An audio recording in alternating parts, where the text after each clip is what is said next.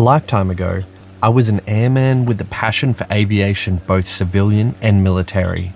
While the role I was training for was firmly set on the ground, I was always fascinated with flying and racked up hundreds of hours on the subliminal Microsoft Flight Simulator game for the Xbox Series X. Aireo Flight Simulator promises to provide a similar experience to the big boys, albeit in a handheld format.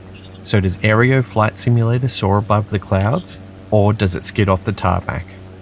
I'm Joshua, your captain for this review, so let's fasten those seatbelts, keep your tray in the upright position, and join me at cruising altitude to find out. Aireo Flight Simulator uses similar maps technology to Microsoft Flight Simulator, meaning you can fly anywhere in the world by selecting an airport on a world map, or putting a pin wherever you like if you want to have a quick fly over your house.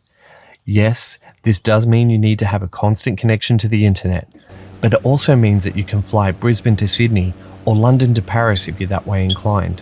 The sky's the limit for where you can go in Aireo Flight Simulator, and it's quite impressive to think that you could go anywhere in the world while lazing on the couch at your home.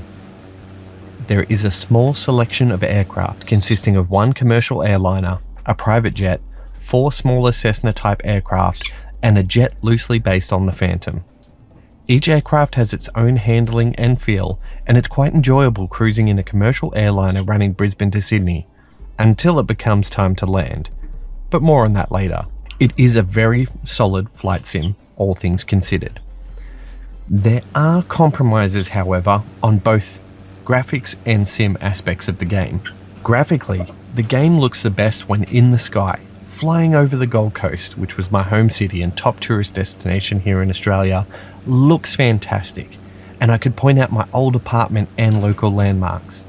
Unlike Flight Simulator though, these buildings and landmarks are completely flat, meaning the closer to the ground you get, the less immersive the game can be.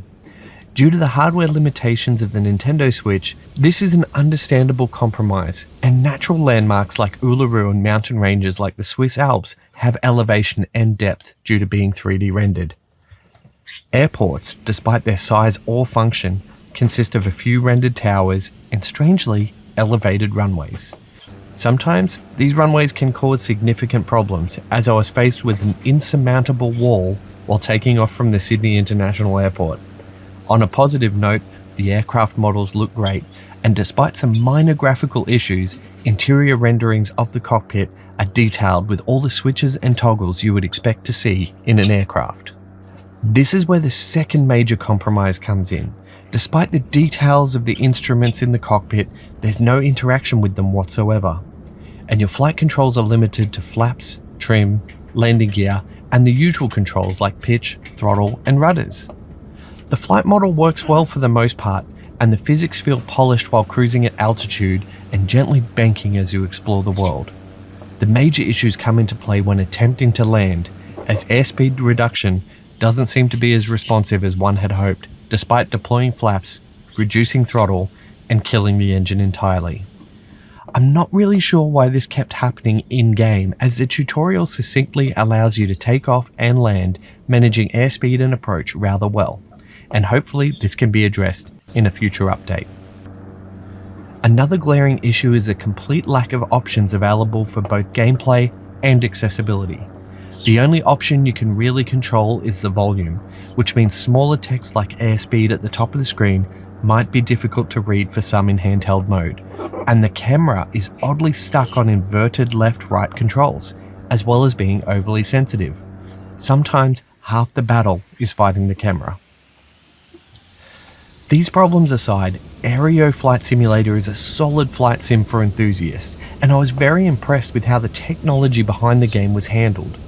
Despite some graphical errors, control issues, and the lack of options, there is a lot of enjoyment that can be had flying over places you've always wanted to see, or even places you have been. While it may not suit the hardcore flight enthusiast, those looking to scratch that flight simulator itch will find Aireo Flight Simulator more than satisfactory. The depth of the simulation certainly makes it a bit easier to play than its larger counterparts, and with future support from the developer, Aireo Flight Simulator could soar amongst the eagles. So, what's it like? Aireo Flight Simulator is like a light version of Microsoft Flight Simulator. I award it a 64 out of 100.